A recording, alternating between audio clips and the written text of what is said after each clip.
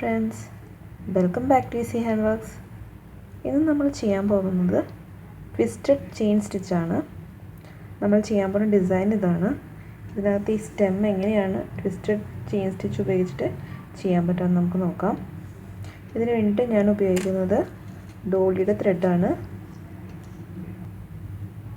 അതിനകത്ത് ഈ ഷെയ്ഡാണ് ഉപയോഗിക്കുന്നത്. ചെയിൻ സ്റ്റിച്ചിൻ്റെ വീഡിയോ ഞാൻ ഓൾറെഡി ചെയ്ത് കഴിഞ്ഞതാണ്. അപ്പോൾ അത് കാണാൻ ആഗ്രഹമുള്ളവർക്ക് അതിൻ്റെ ലിങ്ക് ഞാൻ ഡിസ്ക്രിപ്ഷൻ ബോക്സിൽ കൊടുക്കാം. പിന്നെ ഞാൻ ഐ ബട്ടണിലും കൊടുത്തേക്കാം. അപ്പോൾ അത് ആഗ്രഹമുള്ളവർ അതൊന്ന് കണ്ടിട്ട് വരാം. കാരണം ഈ ചെയിൻ സ്റ്റിച്ചിൻ്റെ ഒരു വേരിയേഷനാണ് ഈ ട്വിസ്റ്റഡ് ചെയിൻ സ്റ്റിച്ച്. അപ്പോൾ അതും കൂടെ ഒന്ന് കണ്ടിരുന്നാൽ അതും ഇതും തമ്മിലുള്ള ഡിഫറൻസ് എന്താണെന്ന് മനസ്സിലാവും. അതുകൊണ്ടാണ്. അപ്പോൾ ആഗ്രഹമുള്ളവർ അതൊന്ന് കണ്ടിട്ട് വരാം. അപ്പോൾ നമുക്ക് ട്വിസ്റ്റഡ് ചെയിൻ സ്റ്റിച്ച് എങ്ങനെയാണ് ചെയ്യാൻ നോക്കാം. നമുക്ക് ഈ പോയിന്റിൽ സ്റ്റാർട്ട് ചെയ്യാം. അപ്പോൾ ഈ പോയിന്റിൽ നമ്മൾ സൂചി താഴ്ത്തുനിന്ന് മുകളിലേക്ക് കൊണ്ടുവരണം.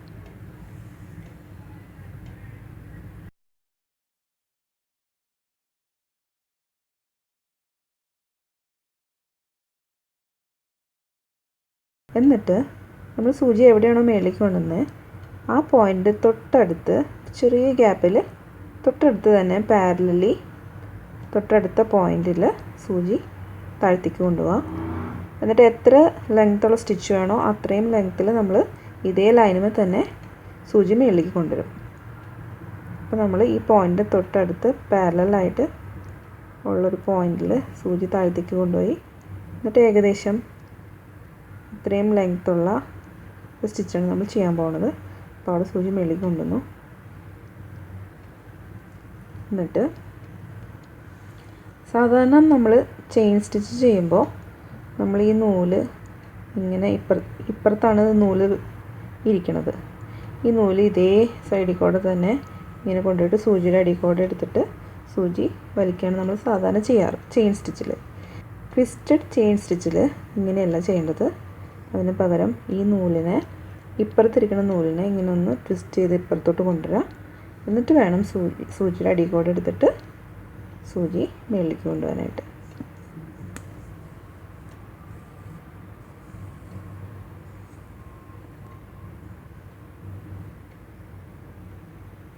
ആദ്യത്തെ സ്റ്റിച്ചായി. ഇനി ചെയ്യേണ്ടത് ഇതേപോലെ തന്നെ ഈ പോയിൻറ്റിനോട് പാരലലി ഈ സ്റ്റിച്ചിൻ്റെ പുറത്തായിട്ട് ഒരു പോയിന്റിൽ സൂചി താഴ്ത്തേക്ക് കൊണ്ടുപോകാം. എന്നിട്ട് നേരത്തെ എടുത്ത സ്റ്റിച്ചിൻ്റെ അതേ ലെങ്ത്തിൽ ആ ലൈനിന് സൂചി മേളിലേക്ക് കൊണ്ടുവന്ന് വയ്ക്കുക. എന്നിട്ട് ഈ നൂലിനെ നമ്മളൊന്ന് ട്വിസ്റ്റ് ചെയ്ത് ഇപ്പുറത്തെ സൈഡിലേക്ക് കൊണ്ടുവരാം. എന്നിട്ട് അടിക്കോടെ സൂചിയുടെ അടിക്കോടെ നൂലിങ്ങോട്ട് കൊണ്ടുവരാം. എന്നിട്ട് സൂചി വലിക്കുക.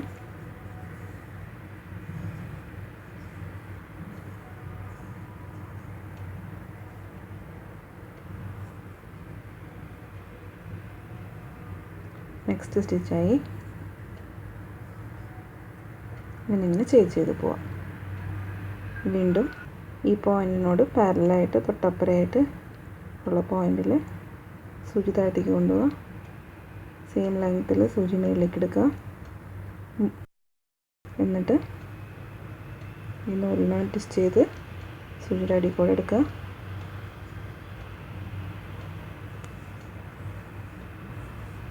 സൂചി പുറത്തോട്ട് വലിക്കുക.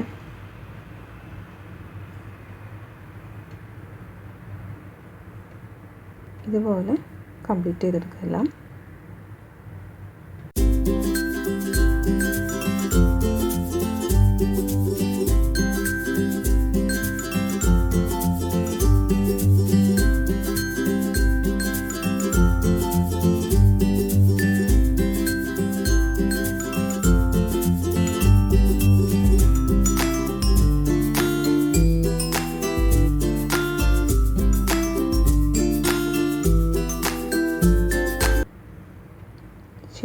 ഇത് ചെയ്യുമ്പോൾ ശ്രദ്ധിക്കാനുള്ളത് നമ്മൾ ആദ്യം എടുത്ത സ്റ്റിച്ചിൻ്റെ ലെങ്ത്ത് എത്രയാണോ അതേ ലെങ്ത്തിൽ തന്നെ തുടർന്നുള്ള സ്റ്റിച്ചുകളും എടുക്കുകയാണെങ്കിൽ കുറച്ചുകൂടെ ഭംഗിയിൽ നമുക്കിത് ചെയ്യാൻ പറ്റും.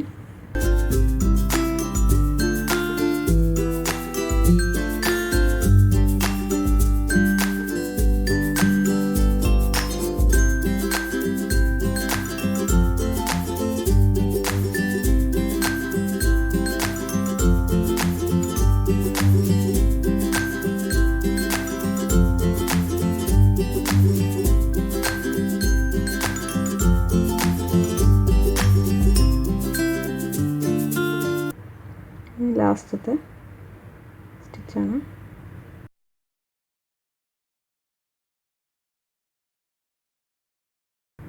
എന്നിട്ട് ഈ സ്റ്റിച്ചിൻ്റെ അപ്പുറത്ത് സൂചി താഴ്ത്തിക്കൊണ്ട് ആ ലൈനിൽ തന്നെ അങ്ങനെ സ്റ്റിച്ച് അവസാനിപ്പിക്കാം.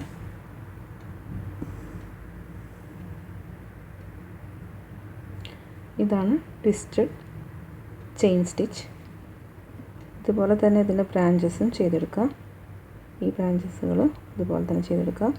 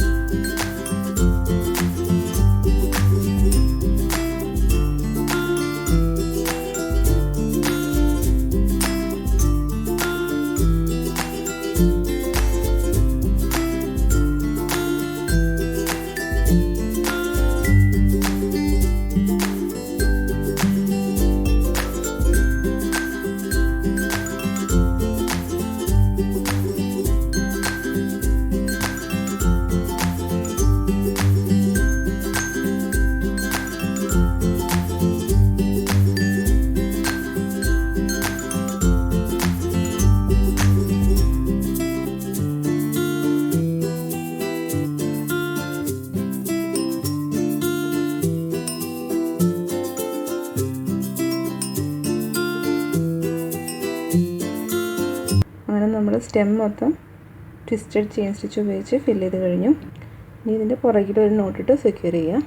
അടുത്ത വീഡിയോയിൽ നമുക്ക് ട്വിസ്റ്റഡ് ചെയിൻ സ്റ്റിച്ച് ഉപയോഗിച്ചിട്ട് ഈ ലീവ്സൊക്കെ എങ്ങനെ ഫില്ല് ചെയ്തെടുക്കാമെന്ന് നോക്കാം. അപ്പോൾ ഈ വീഡിയോ എല്ലാവർക്കും ഇഷ്ടപ്പെട്ടു എന്ന് വിചാരിക്കുന്നു. എല്ലാവരും ഒന്ന് ട്രൈ ചെയ്ത് നോക്കാം. Thanks for watching.